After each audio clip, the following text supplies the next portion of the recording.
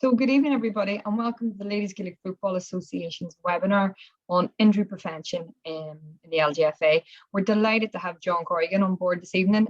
He's been studying this. He's a student there in DCU and has done extensive studying and research in this area. So he's hopefully going to answer any questions that we have and take us through a really informative presentation tonight. So, John, we're delighted to have you, and I'll let you introduce yourself and get started. So, the floor is yours. That's perfect. Thanks, Claire. And good evening to everybody as well. I'll just turn off the video of myself so I don't see myself in the corner. So, yeah, good evening to everybody, and thanks a million, Claire, for having me. Firstly, I just want to say thanks, Emil, for everyone taking their time and coming along tonight. So, as Claire said, my name is John Corrigan, and I'm excited to chat to you this evening about injury prevention. The first thing I'm going to cover this evening, I just want to discuss in detail the recent research that we've completed in DCU, as I think it's very relevant to the topic tonight. So this research was an analysis of injury trends in ladies Gaelic football over the past 9 years or so. Following this, I'll briefly discuss the importance of injury prevention and what players can do to keep themselves on the field of play. Lastly, then, I'll mention our outlook and our hopes for injury prevention in ladies football going forward. And how you guys can get involved as well. And as Claire said, there should be plenty of time left at the end then to answer some questions too. So I'll get going.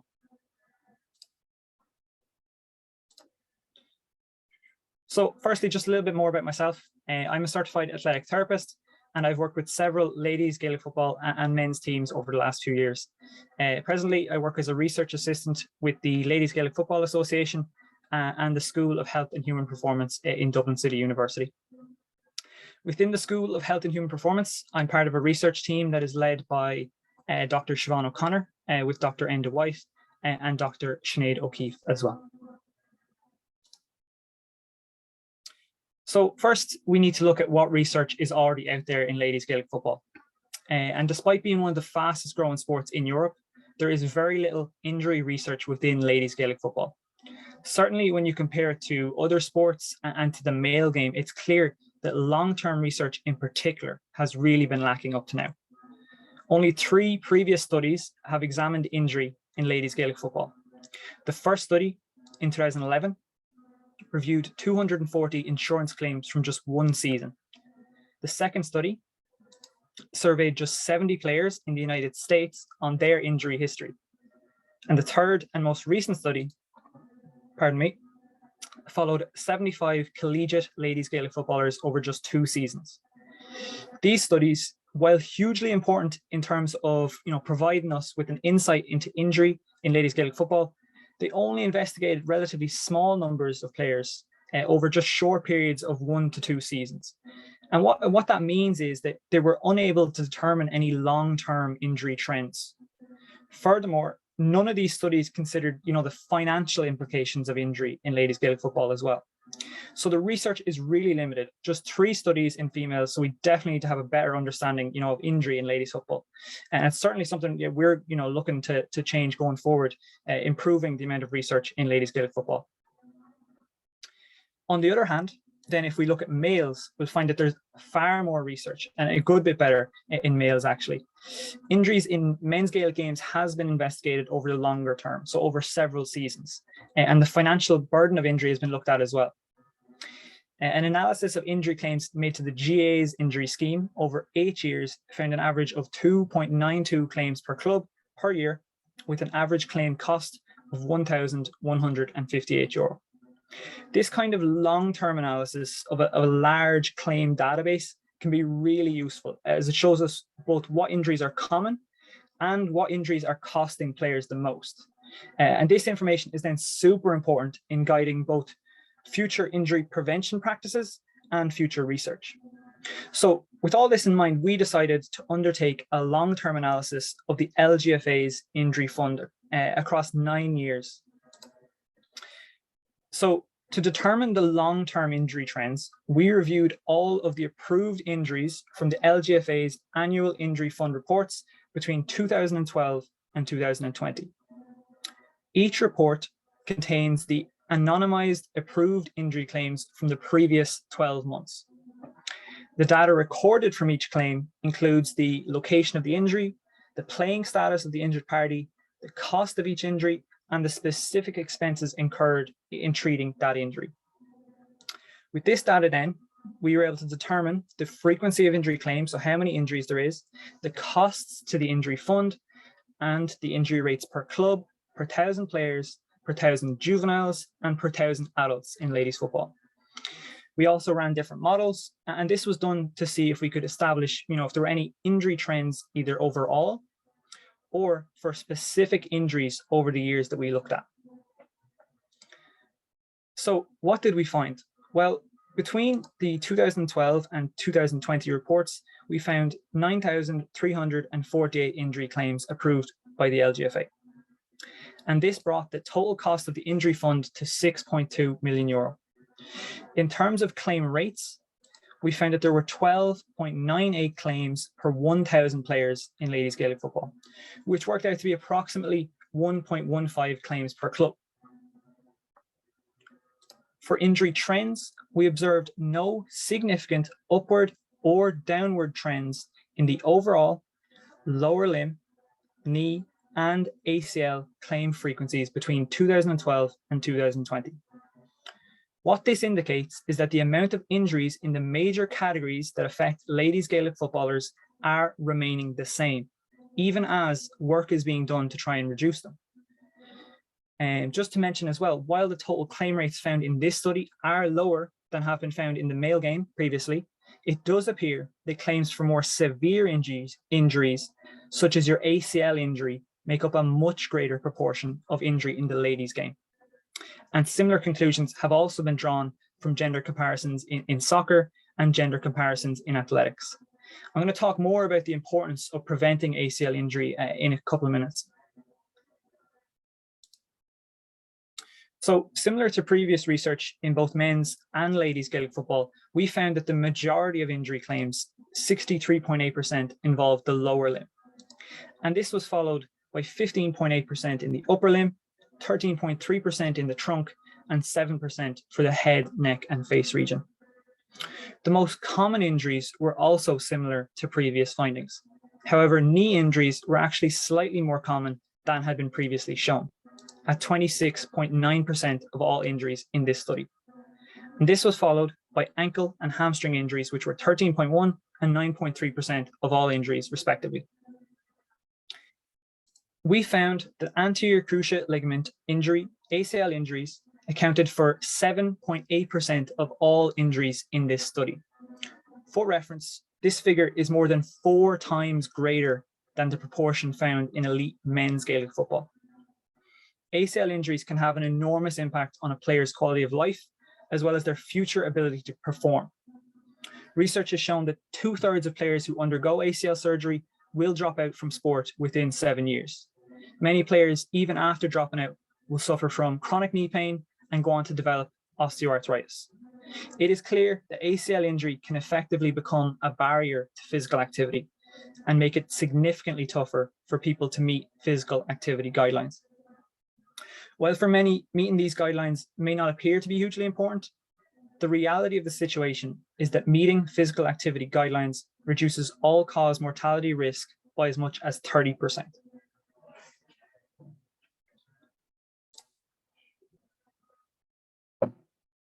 So, following the completion then of our large-scale analysis, we were curious to see if there were any recent changes within the sport that had resulted in a significant difference in any other injury categories that we had not considered. So what we found was a statistically significant reduction in dental injuries following the introduction of the mandatory mouthguard rule. Specifically, we compared dental claims per 1,000 adult players in the 3 years prior to and the 3 years after mouthguards became mandatory in adult ladies Gaelic football. We found an odds ratio of 0.38, and what this means is that there was a 2.6 times reduction in a player's odds of sustaining a dental injury following the mouthguard ruling. So as you can see here, injury prevention strategies that are well designed and achieve a strong uptake among players can work and work really effectively. So I guess, what does all this mean? Well, due to the prevalence and severity of injury that we found, throughout ladies Gaelic football, it is clear that injury prevention is essential at all levels of the game. In our opinion, this injury prevention strategy should aim to reduce the frequency of knee, hamstring, and ankle injuries suffered. And it should give particular attention to the prevention of ACL injury because of the substantial long-term impact that they can have on player welfare and player performance. Injury prevention programs that have been developed for Gaelic games have been found to be extremely effective, capable of reducing injury incidents by as much as 66%. In female soccer players, a recent review found a targeted specific injury prevention program reduce total injury incidents by 27% and ACL injury incidents by as much as 45%. So with this in mind, the development and implementation of an injury prevention strategy specifically for ladies Gaelic football that is applicable to both juveniles and adults at club and county level is needed hugely right now.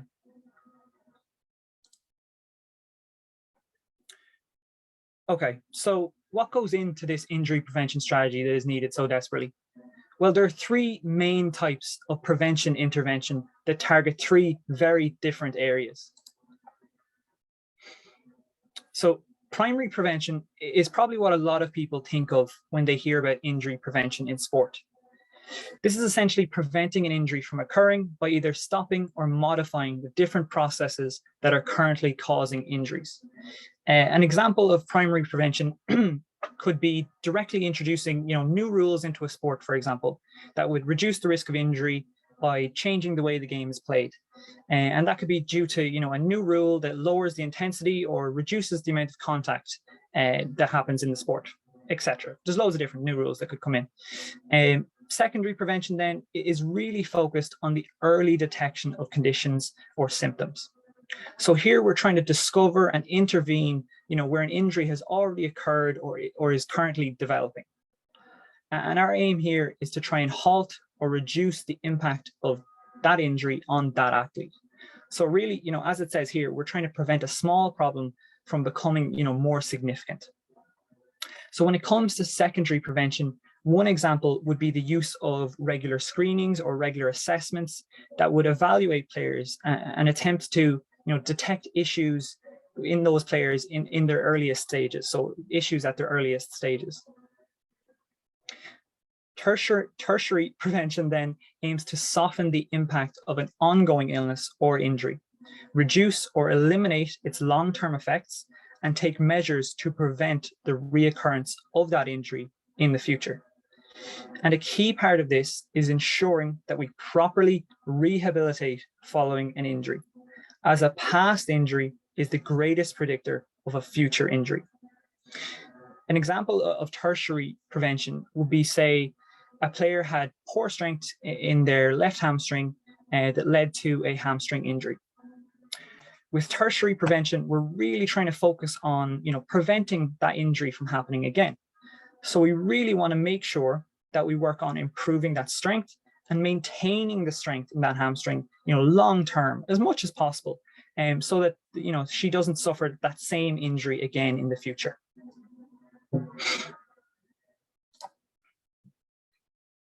So focusing for a minute then on the primary prevention side of things, there are a few main factors that we must consider. And these are going to include the rules of the sport, the protective equipment worn in the sport, and then the players themselves. So the rules and protective equipment of a sport are referred to as extrinsic or external factors, as they'll mostly be decided by a sport's governing body or association. Rule changes, as I've mentioned previously, are one option where we can prevent an injury. But when we look at protective equipment, this can also be really beneficial. And the benefits of the use of mouth guards, for example, that our research demonstrated, really highlight that. Outside of that, then, a player's level of preparation is considered an intrinsic factor, and it is highly modifiable. And what this means is it can be easily changed, can be easily improved. Our research has shown that it is really critical that injury prevention strategies be implemented in ladies Gaelic football throughout Ireland. And one of the most effective ways this can be done, that we've seen in the research for some time now, is through an injury prevention warm-up and throughout training more broadly as well. Crucially, by integrating specific injury prevention exercises or programs into a coach's or team's strategy, it has been shown repeatedly in the research to bring about long-term reductions in both injury incidents and improvements in sporting performance. So by doing this and by preventing injuries, we effectively limit the number of missed games and the amount of dropout that we see from sport. Obviously, by having fewer people missing games and fewer people leaving the sport altogether, we vastly improve player availability. And research has confirmed what many would believe anyway, and that is that there is a clear link between less injuries and greater success in team sports. And to be clear what that means, that is that the teams that won more games tended to have less injuries and more of their players available to play throughout the entire season. What's also important to mention is that by preventing injuries, we're able to avoid the cost and the negative impact that injury can have on a player's life and their playing career. So all of this being considered then, what are some of these injury prevention programs that we can implement? Well, first of all, the very best injury prevention program is going to be the one that is actually done consistently. So that's possibly the most important step we need to take. But beyond that, there are many different programs out there, including a few that have been developed specifically for Gaelic games, which have been shown to be effective. The two main ones are the GAA-15 and the Activate GAA warm-up.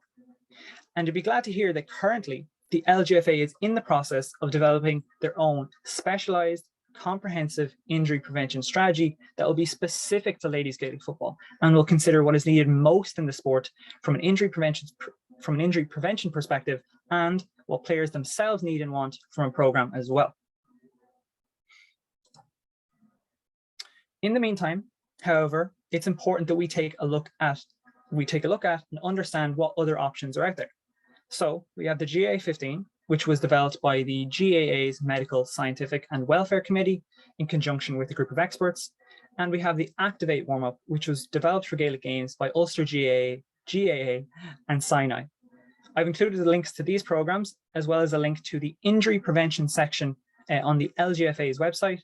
On the website, you can find a short program that the LGFA and the Sports Surgery Clinic have put together, which targets specifically preventing ACL injuries as well. These are all really great resources, and I do strongly recommend that you check them out. I'll try and throw the links to these in the chat at the end as well, because that'll be much more convenient. So we're taking a look at these programs then. So looking at the GA and the Activate, we see that these are both dedicated warm-up programs that are intended to be completed at the start of each training session. They feature three main sections or phases that they're somewhat similar between the two of them. The GAA-15 is running based in the first section. The second section is intended to improve mechanics and reduce injury risk through strengthening, balance work, and plyometrics. And the third section focuses on sport-specific movements, while the Activate is very similar. So its first section focuses on running, cutting, and landing. The second section looks at strength, plyometrics, and balance as well. And the third phase is aimed at agility and power exercises. The programs here are also designed to be completed before games as well as at trainings, but they are done in a slightly different format at games versus at trainings. At training, the entire program, all three parts, are completed, whereas during the pre-match warm-up, only phases 1 and 3 should be done for the Activate warm-up, and similarly in the GAA-15, only sections 1 and 3 are completed. And while this isn't stated in either program outright, now recent research is showing that if you feel you don't have time to or don't want to do phase 2 as part of the warm-up, that moving phase 2, which is the strength or plyometric work, to the end of training sessions, potentially as part of a cool down as opposed to a warm-up, that it is equally as effective. So feel free to do that if you want to. So a lot of new research is really showing that moving phase 2 out of the warm-up can be worthwhile. And now what I'm going to do is I'm just going to pick one of these programs and go into detail on one of them. So we're going to go through the GAA 15 step by step, just so you have an idea of how one of these programs goes from start to finish. And as we go through here, I also want you to keep in mind the 3 structures that our research found to be the most commonly injured. And those were the knee, the ankle, and the hamstring, as these are obviously, you know, what you need to be targeting the most in your injury prevention if you want to have the greatest impact. So anyway, for part A, which is the running section, we want to be set up so that there are cones or 2 lines that are 20 meters apart from one another in terms of length. For this section, there are 7 exercises. And here, our main focus is just raising the heart rate, getting the blood pumping. I'm sure, like as I go through here, I'm sure plenty of you will recognize these exercises. But I'm going to go through them all in detail, just to be sure, and that we all, you know, are on the same page and we all understand them perfectly. So it's just a slow run to start. We're just going to jog out to the 20-meter mark, and all throughout, we're really focusing on our running technique. So we're making sure to keep our body nice and upright and nice and straight. And we want to keep our hip, our knee, and our foot all nicely in line, straight up and down as well. And make sure that we're using our arms as well. We don't want to just have them at our sides. We want the arms moving with the legs. And we're going to repeat that jog in and out twice. The next exercise then is the hip out. So here we're just jogging out for 5 steps, stopping and lifting your knee first up in front of you, and then keeping your body facing forward. You'll rotate your knee out to the side and then lower your foot back down to the ground, as you can see in the photo. Then you're going to jog out another 5 steps and repeat the same exercise on the opposite leg. And you're going to repeat this until you reach the 20-meter line. You're going to alternate your the leg you lift each time. And then we're going to jog back in and repeat the exercise twice. For the hip in then, it's very similar, only this time we will lift our knee out to the side first and then rotate it back in towards the front and lower our foot back down to the ground in front of us as opposed to out to the side. Similarly, we're going to repeat this every 5 steps out to the 20-meter line, and then we're going to jog back in and repeat twice. For touch toes then, again, we're just jogging out, and then every 5 steps, we're placing one leg out in front of the other, with the toes pointed up and the heel stuck into the ground. And we're reaching down in front of the shin and holding that stretch position for 3 seconds. We want to repeat this every 5 steps on opposite legs. And then once again, we're going to jog back in and repeat this twice like the others. For the 50% and 80% runs, we want to run at that percentage relative to what we estimate our maximum pace to be. So 50% of our max pace or 80% of our max pace. All throughout our runs, we want to keep our hips, our knees, and ankles all perfectly aligned and our upper body as straight as possible also. We're going to complete 2 runs at each pace. The heel flicks then involve jogging out to the 20-meter line, but during each stride, you really want to focus on flicking your heels up towards your glutes, as you can see kind of in the photo there. And then you're going to jog back in as normal and repeat this twice as well.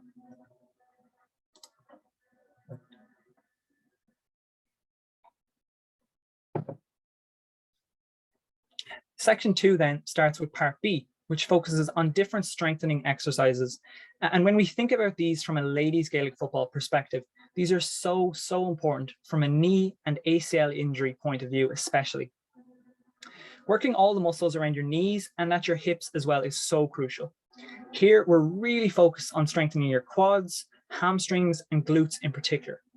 And what's great is that these muscles are being hit all at once with the different lunge and squat variations that you will see in this section of the GAA 15. So starting with the single leg bridge on the left, you start lying on your back with your feet flat on the ground. Then you're going to lift one knee up towards your chest and keep that there throughout. Then you're going to push the other foot that's flat on the ground into the ground, and squeezing your glute muscles, you want to lift your hips up off the ground as shown in the video. You're going to hold this position, this top position in the air for 1 second, and then you're going to lower yourself back down towards the ground. And you're going to repeat this exercise for 8 reps, and then you will swap legs. And you will do this 4 times on each leg. This is a really great exercise for developing hamstring and glute strength, which is so important for preventing ACL injury. For the squat then, we're going to start with our feet shoulder width apart, toes pointed forward, and then you will slowly bend your knees and your hips until your knees are flexed to roughly 90 degrees with the ground, as if you're going to sit down, into a chair that was behind you. And then return up to standing from this position. And it's really important that throughout you're keeping your chest up and your head up, and your back is as straight as possible throughout each rep. Also, crucial here that you don't let your knee buckle inwards during the reps. So that means, keeping your knees in line over your toes, essentially. And for the GAA 15, it suggests completing 2 sets of 8 reps for the squat.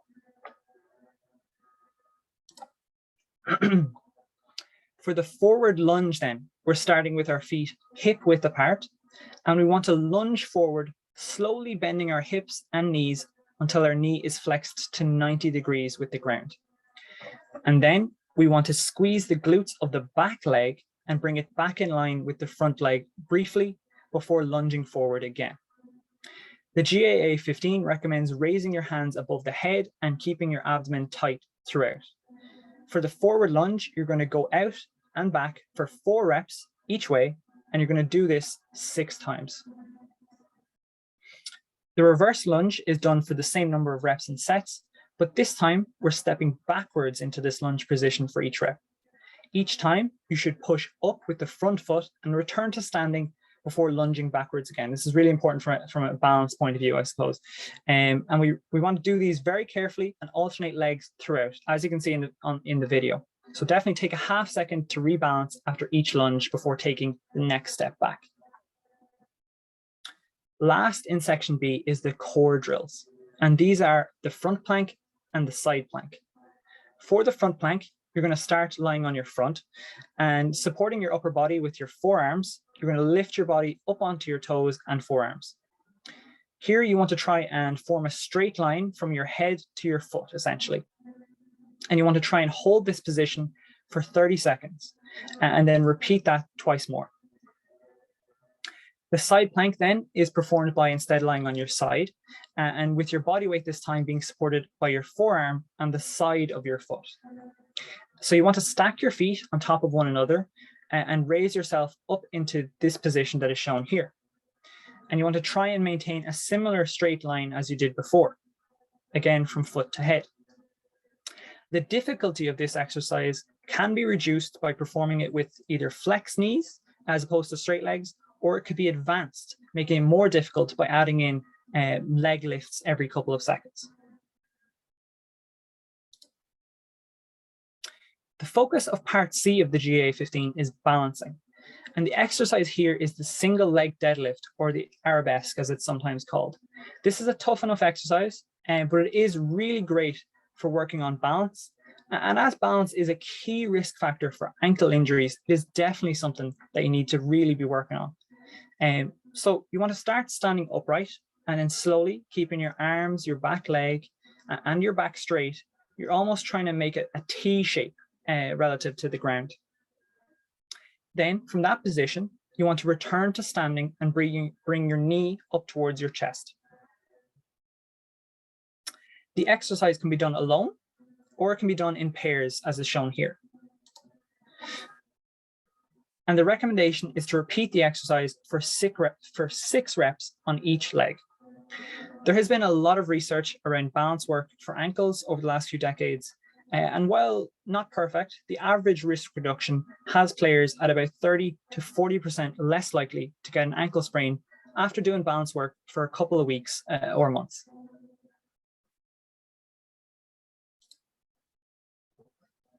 So part D is going to be really crucial from an ankle and ACL injury point of view, as part D focuses on jumping. Jumping and landing is very often when we see an ankle or an ACL injury. So getting our technique and our landing mechanics as optimal as possible here will be crucial from an injury prevention perspective. So the specific exercise in question is going to be counter movement jumps. You'll start with your feet hip width apart again, with your hands on your hips, and then you'll slowly bend your hips, knees, and ankles until your knees are at 90 degrees with the ground. From here, you'll jump up as high as you can, straightening your whole body up in the process as you jump up. Then you want to land softly on the balls of your feet with your knees bent. It's really important that you use good, safe form. That's the crucial thing here. So we want to use plenty of knee flexion and once again ensure that our knees don't cave in towards one another when we complete these repetitions. Again, we want to do 2 sets of 8 reps for the counter movement jumps. Part E then is directly focused on preventing one of the most common injuries that we see in ladies Gaelic football, and that is hamstring strains. When it comes to preventing hamstring injury, our main focus is going to be improving hamstring strength. And to get the best results, we want to primarily focus on eccentric hamstring strengthening. So eccentric strengthening refers to contracting the muscle as it lengthens, as it gets longer, which is best demonstrated by the Nordic hamstring curl in the GIF here. It's also important to mention that while usually this is done with a partner, it can be done alone at home as well, by popping your legs under a sturdy couch or an armchair and slowly lowering yourself down to the floor. But in this example, we start in a kneeling position with our knees a hip width apart, and our partner is going to pin our ankles firmly to the ground with both of their hands. At this point, we're going to slowly lean forward while keeping our body as straight as possible from our head to our knees. When you can no longer hold this position comfortably, then you will gently take your weight with your hands as you fall forward into a sort of press up position. Then from here, you're going to climb back up to the start position and repeat. So the GA15 sets out a different number of reps based on the level that you're at. So less experienced players might start at a lower level and then move up the levels as they improve. These different levels exist as large numbers of reps for the Nordic hamstring curl may cause a lot of muscle soreness, particularly early on. So that's definitely something to be aware of, but the different levels should minimize the risk of any muscle soreness when you get started. The research has repeatedly shown that teams which incorporate Nordic hamstring curls into their training sessions have about half the number of hamstring injuries of the teams that don't. So the Nordic hamstring curl is extremely effective. Part F then is the sports specific section, and this features more explosive running, bounding, and change of direction drills. These are all very important as they simulate real match situations, essentially. The speed run is an 80% of maximum pace run for 20 meters. During, it's crucial you maintain proper alignment of the hip, knee, and foot, and then you jog back in slowly after completing the run. The plyometric bounding is very important for ACL injury prevention. Working on this bounding exercise for 6 to 8 consecutive steps and really making an effort to get your knee as high as possible while ensuring that your knee doesn't buckle inwards when you land is a great plyometric exercise that really builds up that power around the knee, which is super, super important. So it's crucial that you focus on good technique here, and that after each step, you're going to land on the ball of your foot with your knee bent, and then you're going to spring up from that position to complete the exercise properly. Again, this exercise is going to be repeated twice. The plant and push on the right here then is a change of direction exercise. Research has shown that ACL injuries commonly occur during non-contact changes of direction. As a result, having good technique here is vital. So to do this exercise, you want to jog for 4 to 5 steps straight ahead at first, then you must turn to the left at speed. To do this properly, you must plant your right leg and cut quickly to change direction to the left and then accelerate. You want to sprint for 5 to 7 steps at 80 to 90% of maximum pace before you decelerate. With this exercise, you're going to repeat it for 30 seconds and you're going to go in different directions each time. So you're going to go left, right, and so on. With this exercise, it is essential that while you're changing direction, that you make sure that you're bending your knee and hip and leaning your body towards or forwards in the direction that you're changing to. So leaning left if you're going left. And once again, you always want to avoid letting that knee buckle in, as that's the real position of risk here when it comes to ACL injury.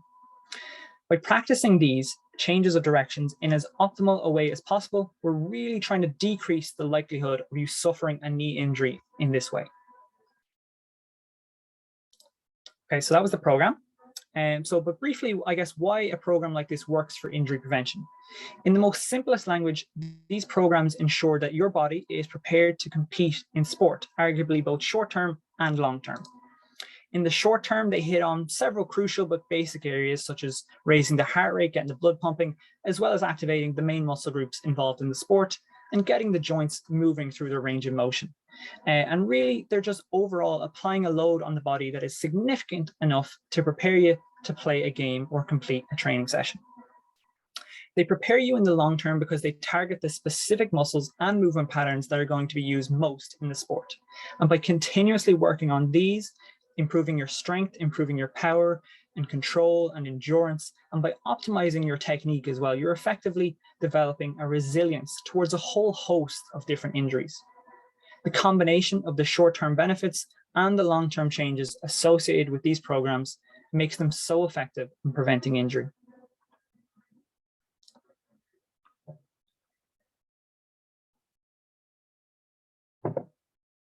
So, injury prevention programs are one absolutely essential component of injury prevention, and they're what I'm really focusing on tonight. But we must consider that other factors can have a significant impact on your injury risk too. And so it's essential for us to be aware of these other aspects of our health and well-being. So some of these factors would be our sleep and recovery, as well as hydration and nutrition too. These are all really important topics, both from a preparation and recovery point of view, and will have a major role to play in injury prevention. So I'm going to now just offer you some simple tips around these different areas. So in terms of sleep, and I suppose more broadly speaking rest as well, it's key that you recognize firstly just how valuable these things are, particularly how crucial they are for developing muscle and performance gains. And then you need to make sure that you're getting the appropriate amount of sleep and recovery specific for your age and your level of activity. Generally speaking, recommendations around sleep suggest that you need 7 to 9 hours of sleep every night.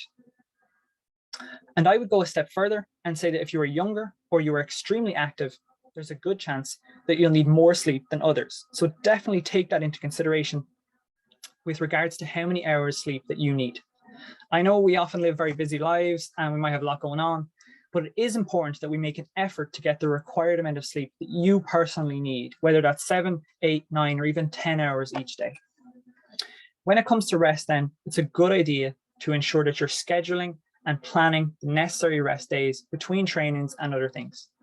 And it might also be a good idea to maybe monitor your training load to an extent. So sort of seeing, what are you doing? Is that affecting your performance maybe, or are you doing a lot and you're becoming, very fatigued? Keeping an eye on things like that. And as I said, making sure that you're scheduling in the rest, that's going to be super important in terms of giving your body that chance to recover. And another point around rest and recovery that I don't think maybe gets discussed enough is that your rest or rest days don't need to be absolute rest. It can be, an active recovery, as they say. So you can implement maybe a day of just less taxing work where you just focus on gentle exercise, stretching, light cardio or swimming, or foam rolling, for example. Having days like that and doing different things can be super beneficial in terms of giving your body the recovery that it needs. In terms of nutrition, this, of course, is going to be very different for everyone. Again, depending on your age, the amount of activity you're doing, body mass, loads of different things will affect this. So it's very difficult for me to make broad recommendations for everyone.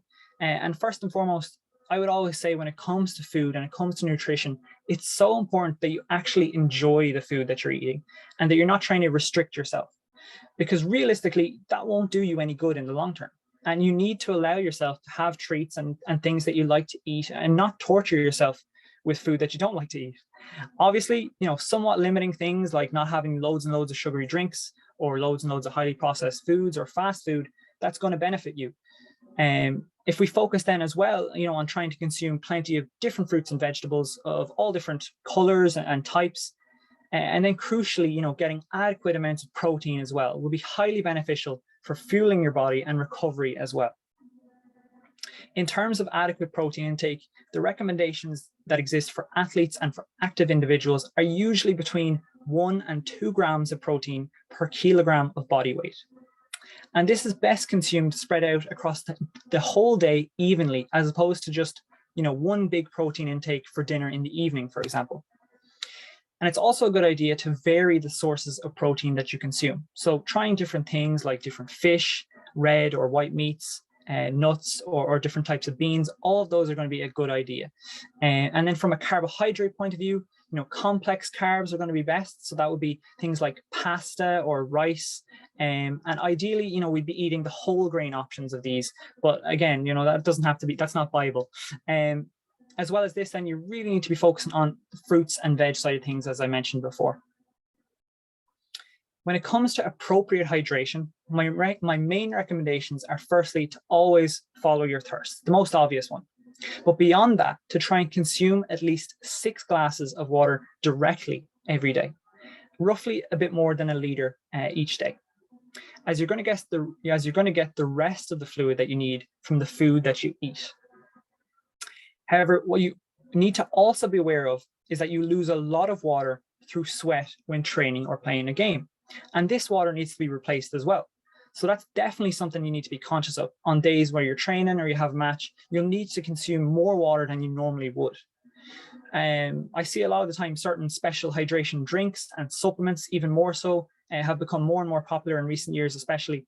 And from a scientific point of view, unless you're involved in activities like ultra marathons, water is definitely going to be the best choice for you from a hydration point of view. Within elite sport, and in potentially those who are struggling with hydration, healthcare professionals will often recommend or work with them and try and go a step further to ensure hydration. And what they do is they measure the fluid lost through sweat during exercise by getting the athlete to weigh themselves before and after a session.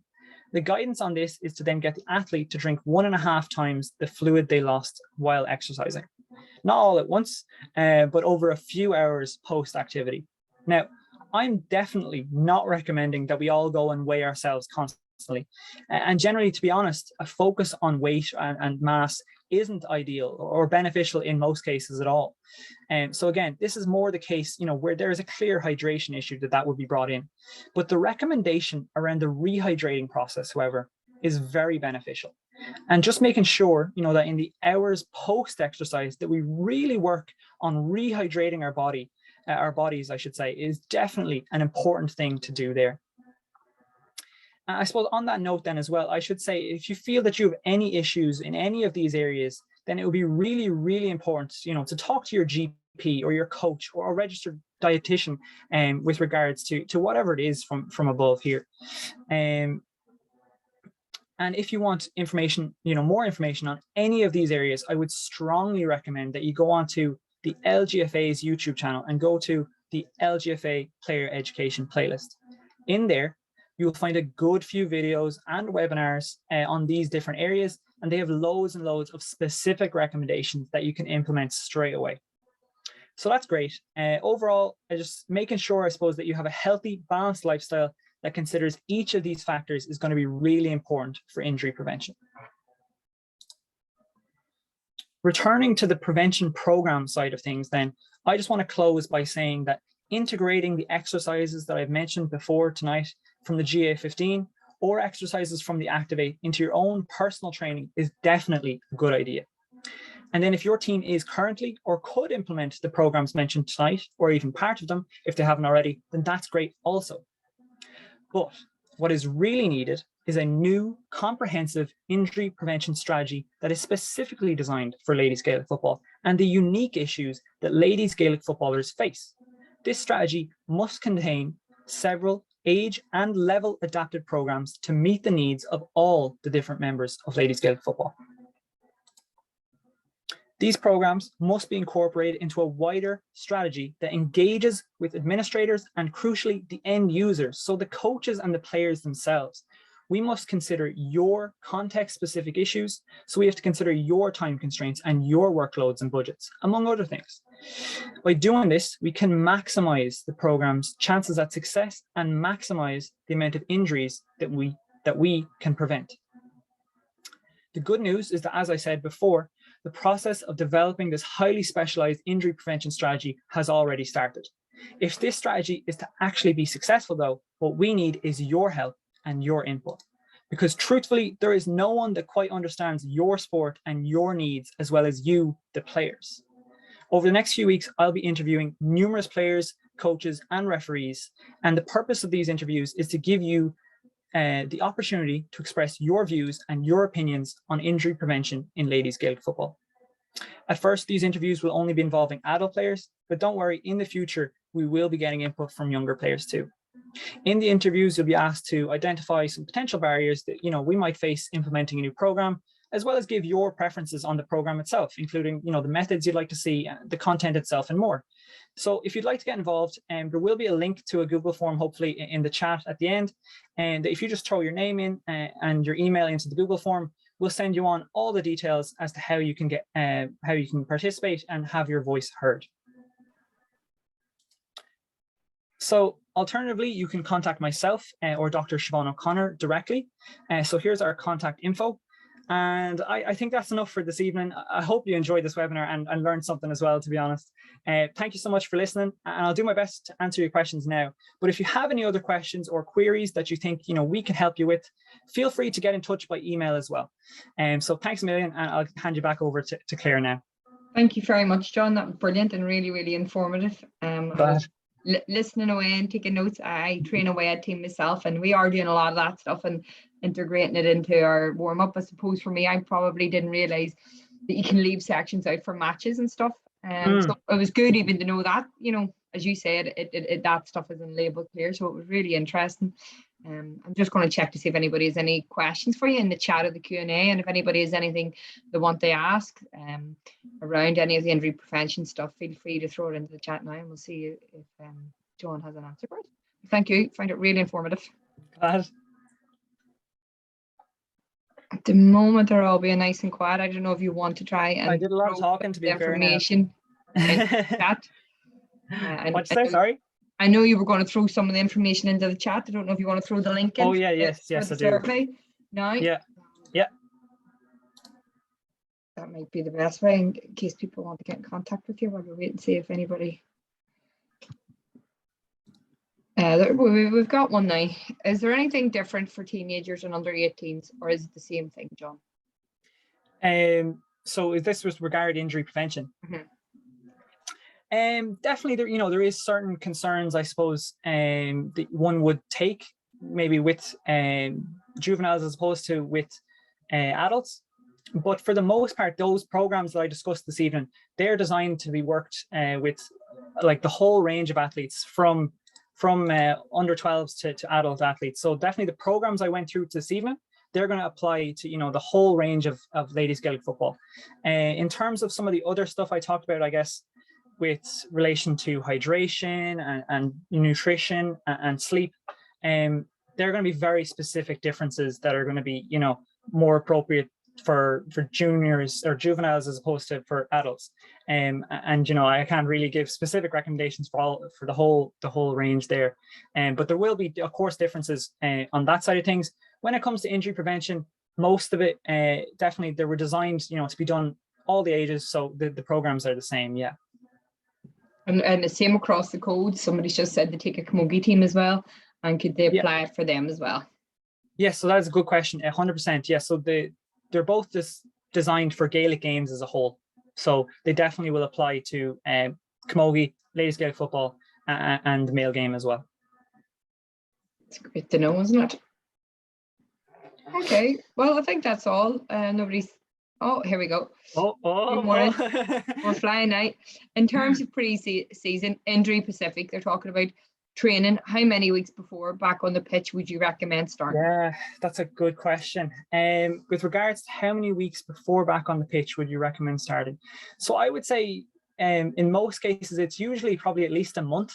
We would start 4 weeks beforehand. You'd want to start getting them doing something. But it is, it's very specific to the circumstances as well. And it's hard to I definitely, costs and convenience for people, in the off season or whatever pre-season, it's going to affect, how willing different people are to go and do, injury prevention for half an hour some Tuesday evening or whatever. But we tried to, I would recommend, a good, maybe a month, 4 weeks beforehand, if you get them, working on different injury prevention exercises. Yeah. Okay, that's super, John. That's us for this evening. Thanks very much for your time. Perfect. And thank everybody for tuning in. Really appreciate it, and hopefully you all learned something. So best of luck to us, and we'll see you working away with you in the future. So thank you very much. Lovely. Thanks, Megan, Claire. Thank you.